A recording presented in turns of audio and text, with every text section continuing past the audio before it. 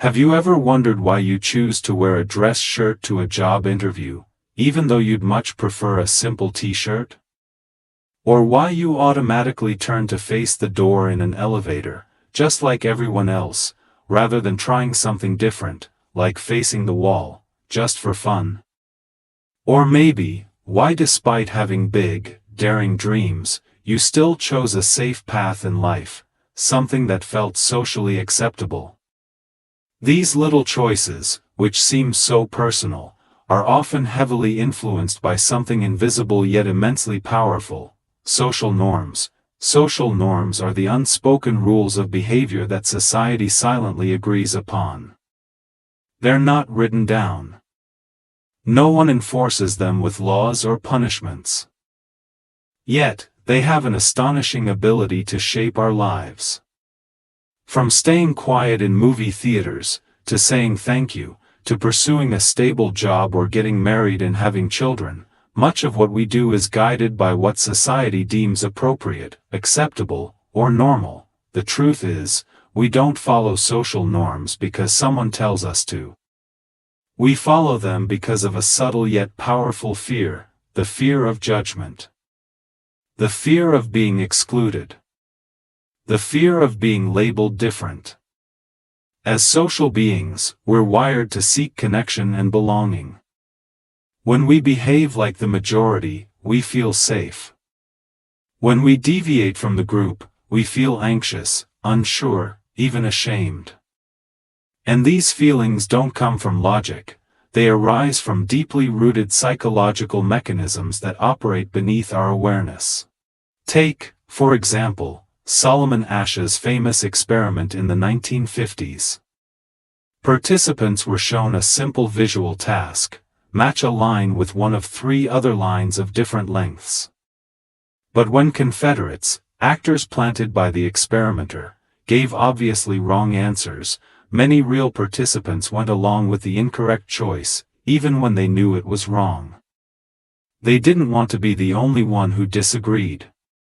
This is the power of conformity. We align with others not because we believe they're right, but because being part of the group feels safer than standing alone. Now think about how we behave on social media. Have you ever deleted a post because no one liked it after a few minutes? Or hesitated to share an opinion that felt too controversial? Too different? These aren't rules written in policy books. They are the modern social norms, shaped by what gets liked, shared, and praised. In an age of digital connection, our behavior is more influenced than ever by the silent expectations of the online crowd. Social norms don't just dictate what we do, they also shape how we feel.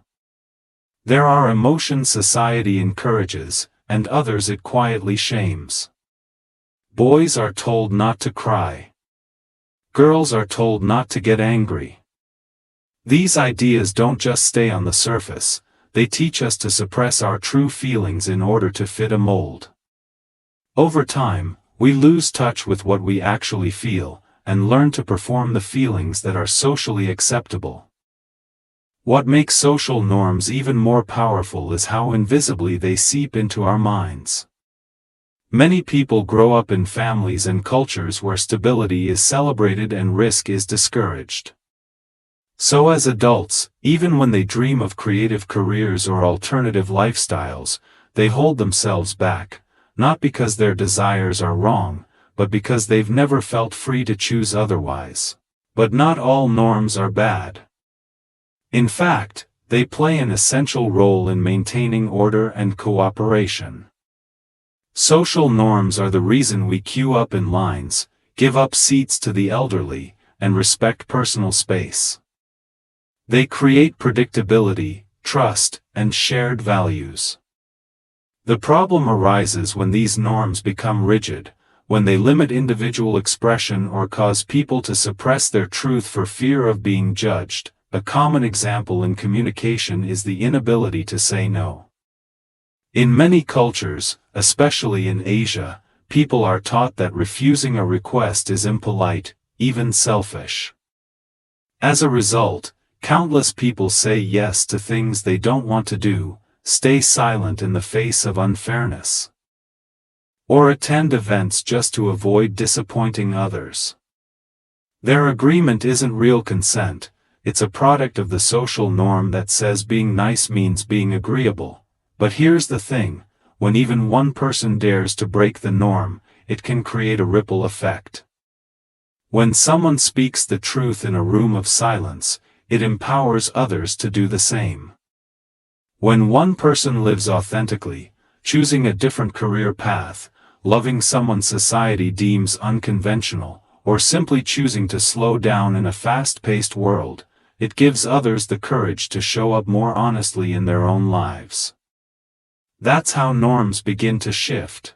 In a rapidly changing world, the goal isn't to reject social norms entirely. It's to become conscious of them. When we can see the invisible rules that guide us, we gain the power to decide which ones to keep, which ones to question, and which ones to rewrite. Psychological maturity doesn't come from fighting society, it comes from understanding what drives us, and choosing with awareness whether to follow or to lead.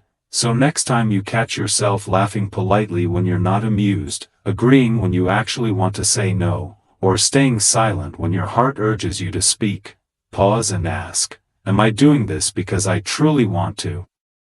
Or just because everyone else is doing it?